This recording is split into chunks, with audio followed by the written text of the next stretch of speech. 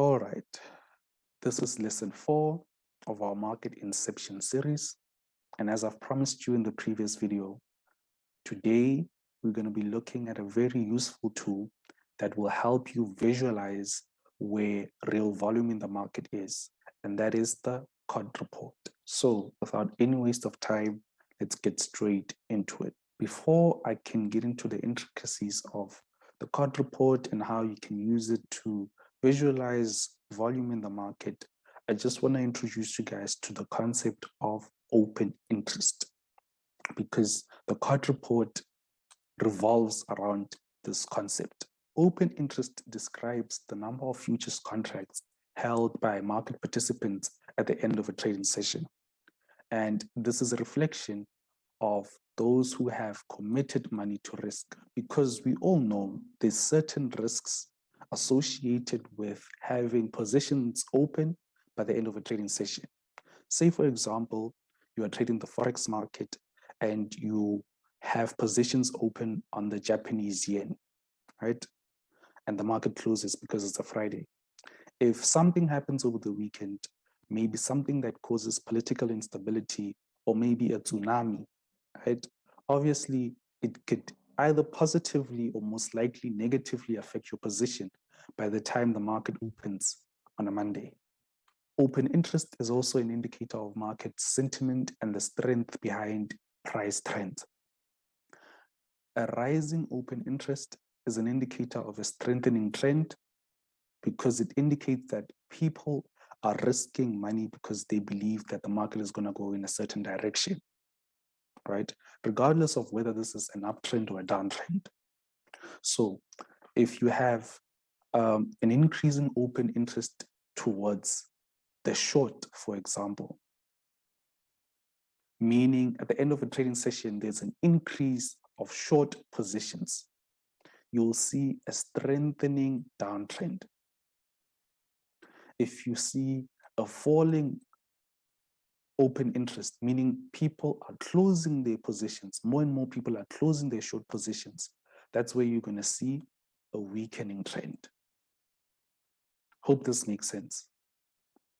The reason again why the concept of open interest is important is because the COD report essentially breaks it down. It breaks it down by position types. So you can see the longs and the shorts of different market participants. In this instance, when we're talking about market participants, the COD report separates them into 3 groups. We have the commercials, we have the non-commercials, and we have the non-reportables, and I'll explain them just now. When we're talking about commercials, we're generally talking about businesses.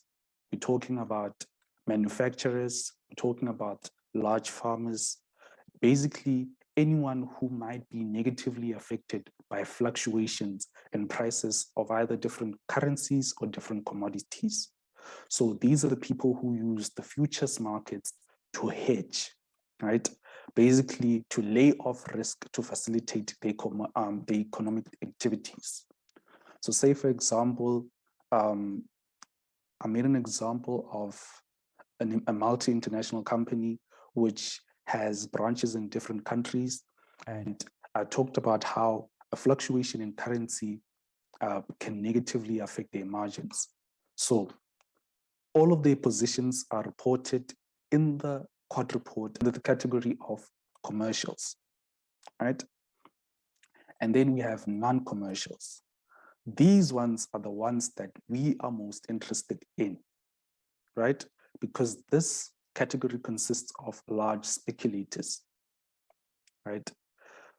And these are your JP Morgans, your Goldman Sachs. So companies that large are normally required to report their positions to the CFTC, right? Like I said, speculators, their purpose is to risk in order to profit from changes in price action.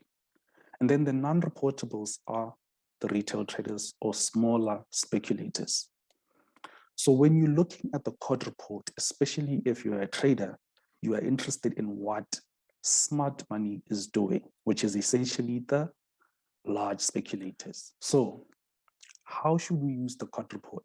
Number one, to look for inflection points of increasing or decreasing open interest, because that might be a very good indicator of whether a trend is gonna continue going up or whether we are about to get to the end of that trend in the market is gonna change sentiment, right?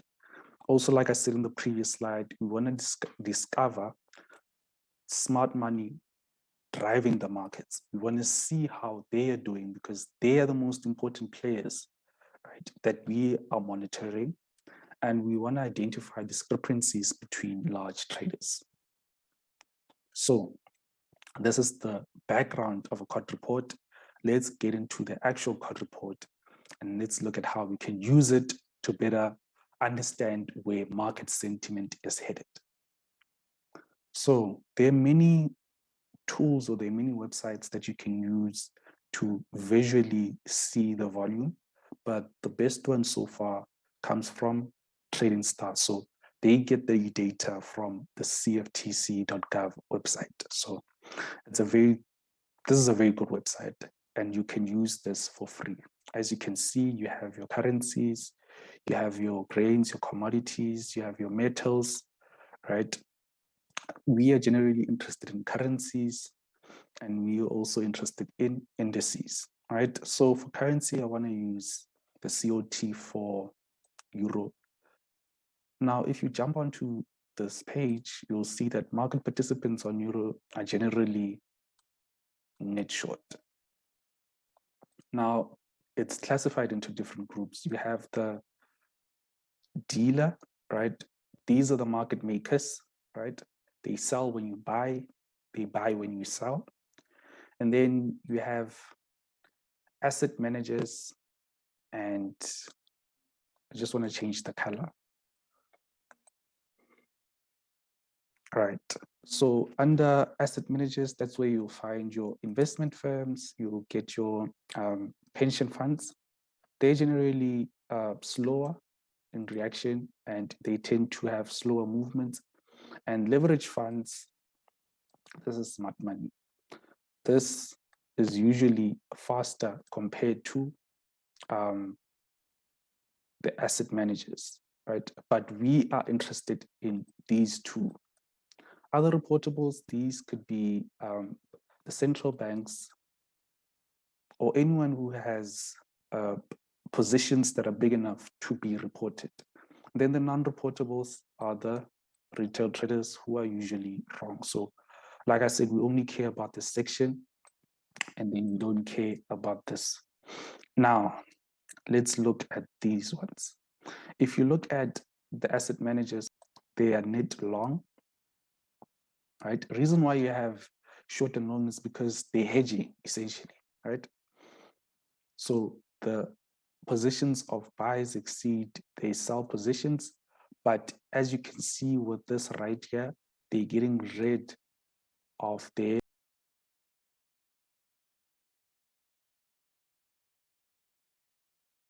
right? If you look at the leverage funds, which I said that they're more faster in terms of reacting compared to the asset managers, they are net short. And look at the amount of positions that they got rid of the longs, right? So yeah, as you can see, this is the data that you can look at.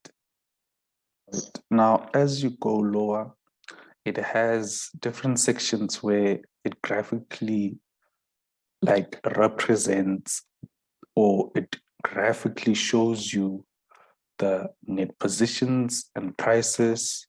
Here you can see your longs, right?